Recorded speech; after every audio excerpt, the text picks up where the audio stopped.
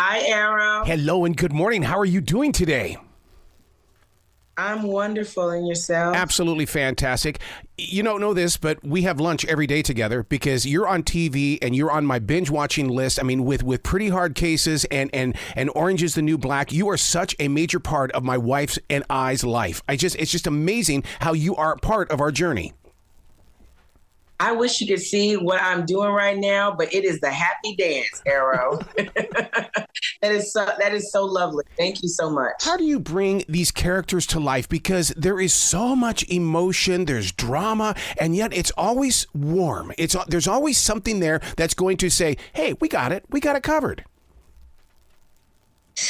I think that's just...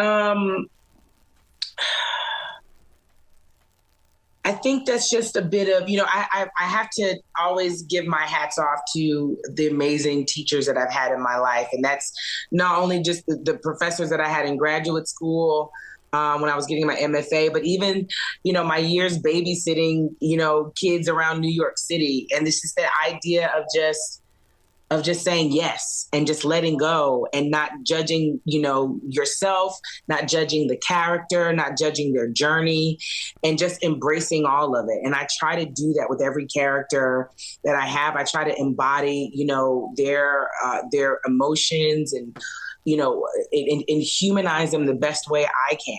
Yeah. Being on this side of the law in Pretty Hard Cases, it's kind of like, I like it. It's now we've got two different versions of you. Mm-hmm. I know. I'd much rather be on the right side of the law. But to bring these characters to life, you seem to be the type of person that goes out and truly studies how can I do this one a little bit better? I want this one to be so real. I want people to be able to really get into my character. The funny thing, I always say life imitates art and vice versa. And long before Kelly and Pretty Hard Cases was even an idea that was brought to my attention, Adrienne was always a huge fan of detective shows, and I would watch them on repeat. I'd sit down and, and not just like the Law and Orders of the world, but I'm talking about the documentaries. I'm talking about The First 48, Dateline. I'm talking Forensic Files, Snap, like all these detective shows, Detective Joe Kinda, like all those stuff. I love to watch it. And because of the puzzle of it all, trying to figure out and solve it. So I think I just had an interest in it before this show was even brought to me. Yeah, and I'm that guilty party that sits there and thinks I've got this thing figured out 5 minutes into it. Boy, I'm wrong every single time. It's always the thing you least expect, isn't it? It is. Yeah, and that to me is why I one of the things that I do, and I've really gotten addicted to, is I like looking for Easter eggs, things that are being planted so that you can, it's almost like they're saying, okay, pay attention right here. This is going to play out somewhere else in this story. Mm-hmm. Mm-hmm. I mean, because it all lends itself into, what we love about storytelling. No one wants to watch a story where you've already figured out the ending before it's even gotten there.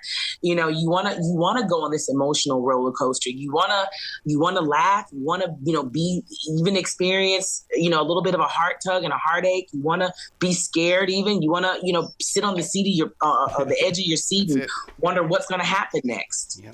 Now, you talked about how you love the detective shows and then the mystery of it all. Are you a writer as well? Because I could just see you putting some of these shows together. I am a writer, and much of the our SAG strike, I was writing. Nice. So yes, you're absolutely correct with that. Well, see, because an author will always tell you that the reason why they write is because they're great readers. So when you said that you love detectives, and I watch you on Pretty Hard Cases, it's like going, wait a second, there's a connection here to a writer. Uh-huh. Yeah.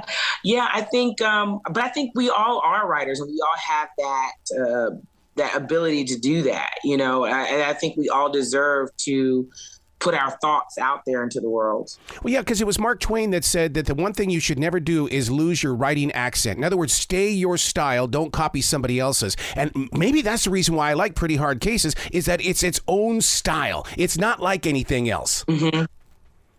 Yeah, it's it kind of gives you a little bit of a present day, gives you a little bit of a throwback, to like maybe sometimes the 70s, it's kind of all over the place. But I think that's the cool part about it, and these characters are themselves. It's one of those shows that, I mean, with it being so openly available, how do you feel about being a binge watching actor? In other words, it's like we get to watch you over and over again and not have to necessarily wait a week. That's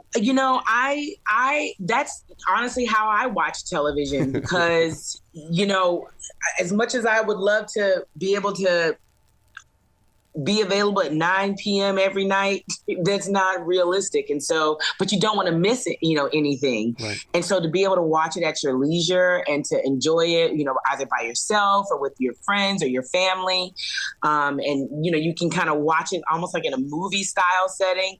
It's, I don't know. I think that's the best way to consume, media right now. Yeah. Is it pretty freaky weird knowing that your presence on that screen is going to last 100, 150 years? I mean, because it's freaky for me that people listen to interviews from 2010. It's like, what? How do you even find these things? But yet we're finding your shows on TV as well. That honestly never entered my mind until after doing it, so now that, for example, like Orange is the New Black has been out, for a while. It's and people come up to me like, oh my God, I love Orange. I was like, oh, right. I forgot. Yeah, that show. So when I was doing it, though, I wasn't thinking about it. I was just thinking about, getting a paycheck, keeping a job, staying employed. But now that it's out there in the world and people will see it for years to come, it boggles my mind when people remind me of that. Do you sing? Because when you speak very much in tune. It makes me wonder if you sing as well.